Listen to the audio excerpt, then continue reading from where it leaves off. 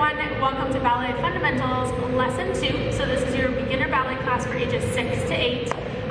We are starting at the barre. We always have our 5 exercises at the barre, 5 exercises in the center, and then a few things across the floor to keep these kiddos moving, as you all know. They get very bored if you keep them in one spot in the studio for too long.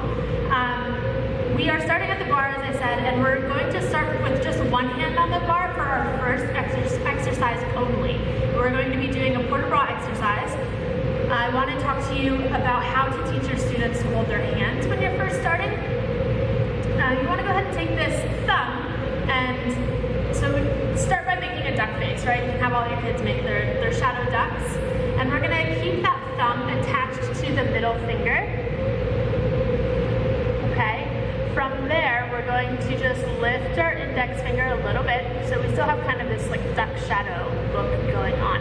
And from there, once they get older, more advanced, in the next level, or maybe the end of this year, we can start to release that thumb, and then we can start to open the hands a little bit more so we can teach them how to have those soft fingers. Okay, so first, let's go ahead and touch that thumb to the middle finger and open that index finger, pointer finger. Okay, let's go ahead and get started. You should have that lesson plan printed out in front of you, so it has every count of 8 written down for you. Go ahead and follow along with that lesson plan as you watch these exercises. And I'm going to be doing a voiceover with different corrections and tips that you can be offering your dancers while they're doing these exercises. Okay, if you have any questions, comments, go ahead and sound off in the comments below, and let's dance. Alright, dance teachers, this video has been shot a little bit differently from our previous videos. I'm going to be doing voiceover corrections for you guys during these exercises. So we're starting with our port-de-bras, which is movement of the arms. And we're taking time here to hold each position so that it gives us time to walk around the studio and make sure that we're correcting all of our kids and making sure that those arm placements are correct.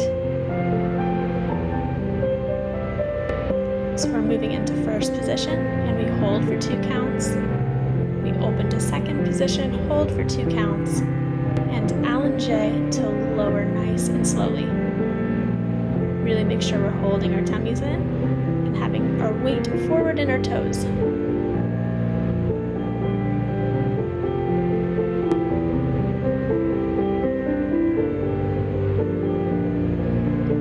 Remember, we spoke about how to hold that hand earlier in the video, so make sure that those fingers are staying relatively close together and closed.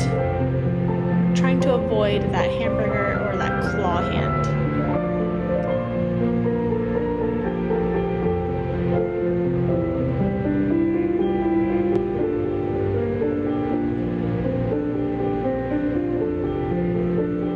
If your students are feeling a little bit more advanced, you can also add the head in with the arm positions.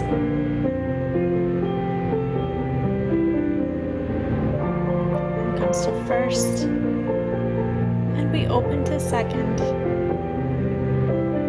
And we take that nice, soft, slow allongé to lower. Again, checking our weight, making sure we're forward in those toes.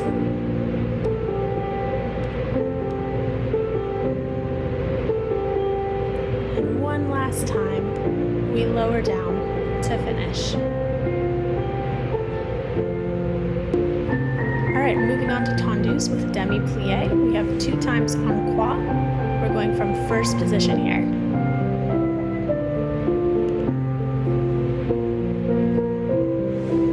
Really make sure we're turning out that foot, leading with the heel and pulling those toes back as we close that foot back into that first position.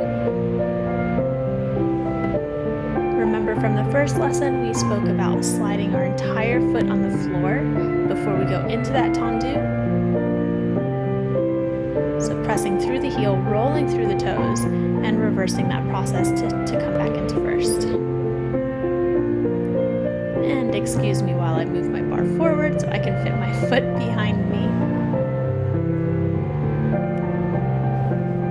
Really have your chest nice and tall and long. Extend that neck.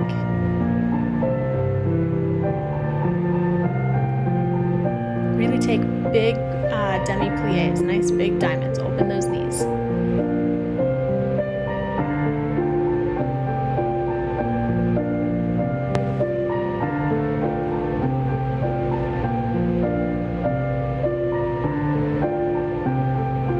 And we finish. Make sure you guys are doing both sides, obviously, in your dance classes, but for the sake of the length of this video for you guys, I'm only demonstrating the exercises on the right. Passe à terre, which is a tendu traveling from the front to the back, brushing through that first position, staying on the floor the entire time. So we're really working on that turnout here, pulling those toes back as you go back, and leading with your heel as you come forward. Make sure your chin is up, shoulders are down, and tummy is in. Pulling those toes back.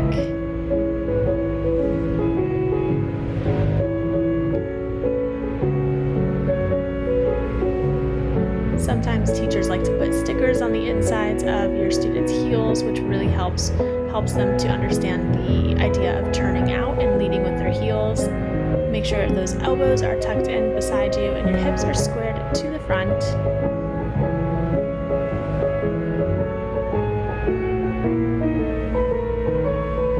And it's just really important that our toe never leaves the floor.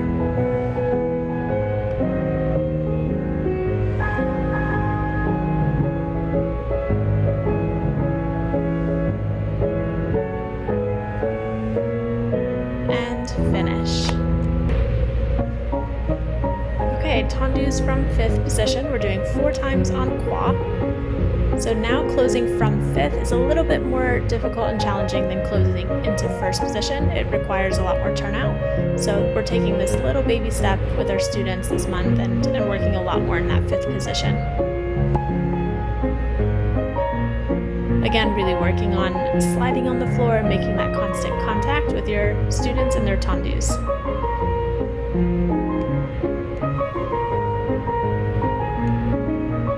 If you are dancing up against the wall this way, just make sure that your students have enough room to tendu to the back without bumping their toes onto the wall.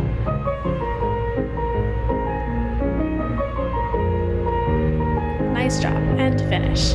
You might be asking, oh, why doesn't she have dancers or students in her class with her now for these videos? And to be completely honest, it's because it's summertime, everybody's traveling, and my life has been a little bit crazy. Not that you need to get into all of those details and waste time, but this is what works best for me right now for my planning and getting the year started as soon as possible. It's just me demonstrating them for you in the studio right now. So I hope that's okay. It's better than nothing, and maybe one of these days I can get around to getting some students in here so you can see what it looks like on the little ones too. I labeled this next one jetés, but really it's like a preparation for a jeté. It's a jeté broken down, so we can really emphasize all of the correct points that need to be made when doing jetés as they get faster. Jeté is also the same thing as a dégagé, it's just different terminology, different styles of ballet. So here we're only doing 1 en croix. Feel free to repeat this with your students if they need the extra work.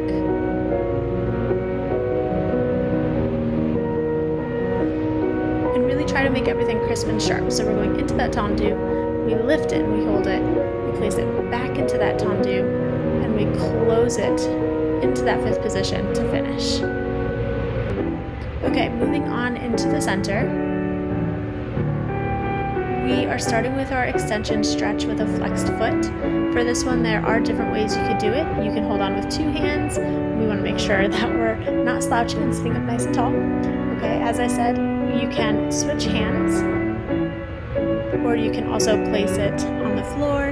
You can put 2 hands on your foot. There are a whole bunch of different ways that you can do this with your students.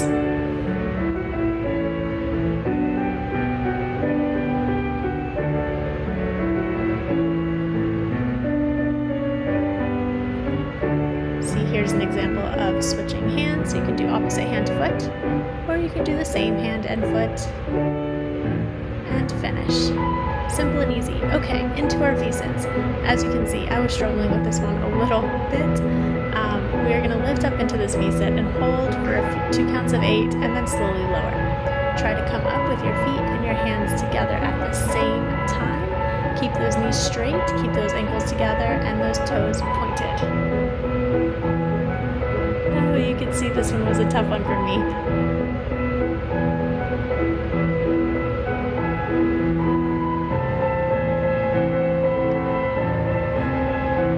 Next time we should have some students here to demonstrate these things for you guys as well. Alright, grand battements with a flexed foot. We lift that right leg up, keep that knee straight and flex those feet and lower 4 times on the right. Why do we have flexed feet, you might be thinking? It's because if you flex your foot, it's naturally going to engage that quad and make sure that you have a straight leg. It just straightens your leg a little bit easier. So working with a flexed foot for beginners is actually a little bit more beneficial. And we're gonna grab that calf and we're gonna pull it up and stretch it here for 2 counts of 8, still keeping both feet flexed. So flexing that supporting leg, that bottom leg is also going to keep that leg actively engaged even though it's just lying on the floor.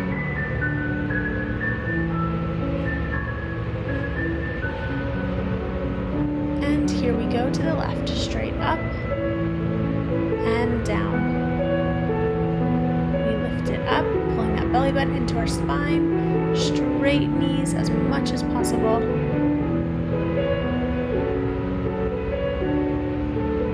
And last one, lifts it up and we lower.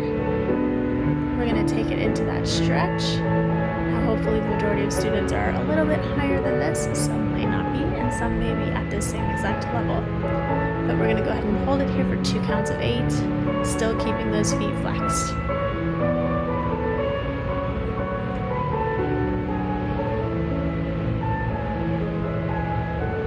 Alright, great job guys. Oh, it's crazy. Even just doing these simple things, I'm starting to glisten a little bit. I'm actually getting a little bit of a workout, which is crazy. It's super easy, but if you do everything correctly and to the best of your ability, it really is a workout. Stick around guys to the end of this video and I'm going to give you my advice and tips on why you should be lesson planning. So check that out at the end. Tendus in the center from 5th position, right foot in front.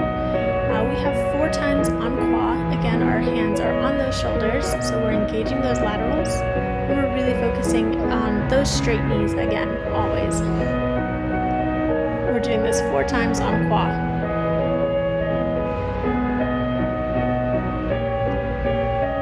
So you'll notice that our tendus are still relatively slow, and as we progress through the ballet lesson, they will pick up a lot faster.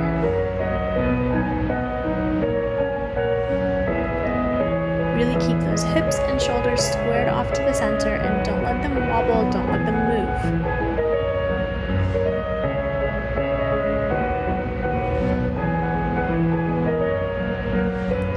And forward to the back. These are usually the most difficult ones for students.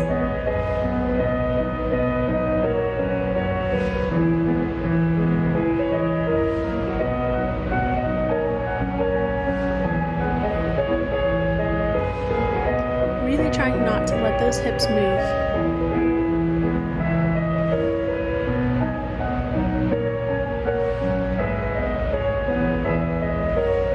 Sometimes say if we had a towel or a big blanket out in front of us from our waist down, you shouldn't be able to tell that you're dancing from the waist up. Almost like Irish dancing.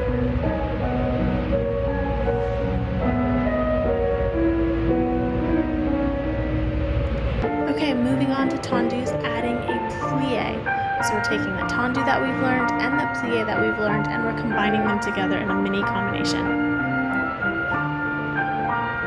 So we are doing this 4 times en croix. We tendu, we close, we plie, and we stretch.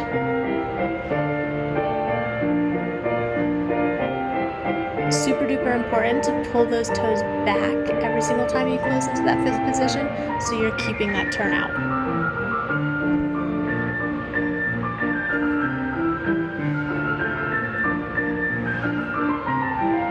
And another thing guys, when you take a plie, you want to make sure that you're pressing all of your toes down into the floor.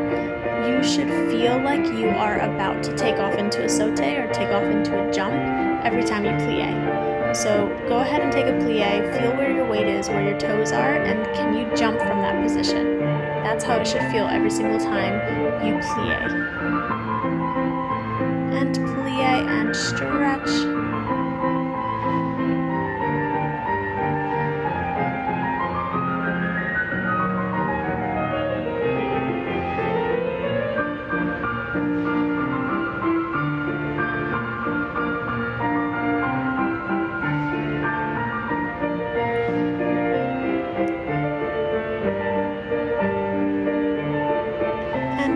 To the side. If you do at any time feel like this combination is getting a little bit too lengthy for your students, you can always decrease it down to 2 times en croix and go immediately to the left. So then the music is going to end with you at the same time. But if you feel like it's a little bit too slow for your students, then you can go ahead and do that, make that adjustment.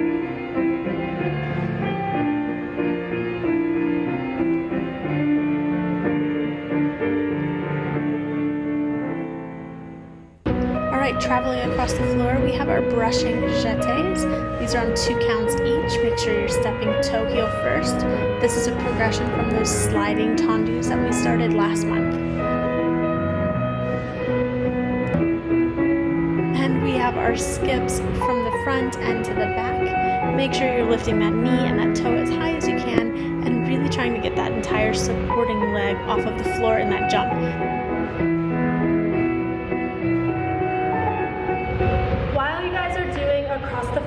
What I find happens a lot in dance classes is that some dance teachers don't emphasize the correct starting of steps across the floor. They just kind of say, oh, start with your right foot and go. Instead of really emphasizing like start in tendu, ready, 5, 6, 7, you go. A 1, right? I think that really helps kids learn to count the music, to hear the music, to beat like the beats, the rhythm, and to just prepare. Lack of preparation is going to be a sloppy skill. So if your student starts prepared in their tendu with their arms in place and they are ready 5, 6, 7, 8 to go on 1, they're going to have a more successful time across the floor than 7, 8 go and sloppy preparation. So that's my personal opinion. I hope that tip helps you guys too. The importance of lesson planning for me is knowing that I have everything planned out for the entire year. We all have really busy lives, we have really busy dance schedules, and it's tough to keep up. If we have the entire year planned out as much as possible, it makes things run like a machine and go a little bit smoother. So yes, this curriculum might work for you exactly the way it is, or it might not. You might need to tweak it and to do what works best for you as a teacher, and that's what it's there for. It's meant for inspiration. You don't have to go through this bullet point by bullet point and follow everything to a T. We also only have, 45 to 90 minutes with our students. I only have 60 minutes here at the studio, and I really want to maximize that time because I'm a very passionate dance teacher who wants to get all of my students really good as quickly as possible. So I need to have everything planned and choreographed like a lesson plan to make sure that we're maximizing our class time together with the students and teachers, not just going in and winging a class. If you don't have a plan set out for your students, you're leading them on a path to nowhere, okay? You don't know where you're going to be in a year because you don't know what you're going to be teaching next week, and that's not professional, it's not organized, it's not cool. So make sure that you are lesson planning, and if you're watching this, obviously you are, and you're checking it out and you're making a plan. So thank you guys. All right, let's get into some stretching. You always want to end your class with stretching, even if you do not get through the entire lesson plan or class material. Always make sure you take the last 10 to 15 minutes out of your lesson to do some stretching, because it is really that important. So our straddle stretches, you could do like I just had ahead of time, the straddle up against the wall for a little bit, but go ahead and come out into our straddles in the center. And you want to make sure both hips are placed on the floor. Keep both sit bones on the floor and careful not to lift that hip to look like you're going into the stretch deeper. And now we're going to twist, and we're going to take our nose all the way over, and you can use that hand to stretch the top of your foot at the same time. Obviously hold these a little bit longer in your class. And then we're going to slowly walk it down the center and hold it there. Hopefully you have a whole bunch of students with their nose and their belly button flat on the floor. And walk it up. Okay, from there, guys, we're gonna go into those front splits. So we're gonna take one leg in front of us, place a hand on both sides of your leg. Make sure your leg is there in the center, and we're gonna slide it down into that split. Yes, I have lost mine, but I'll get it back. At least I'm here, I'm present, I am doing it. And we're gonna do the same thing to the left. We're gonna slide that left leg into the center between our arms. You can hold this with your students as well. If they're beginners, they're probably getting a stretch in this position too. And slide it down into that split all the way down. Hold this for at least a minute, guys.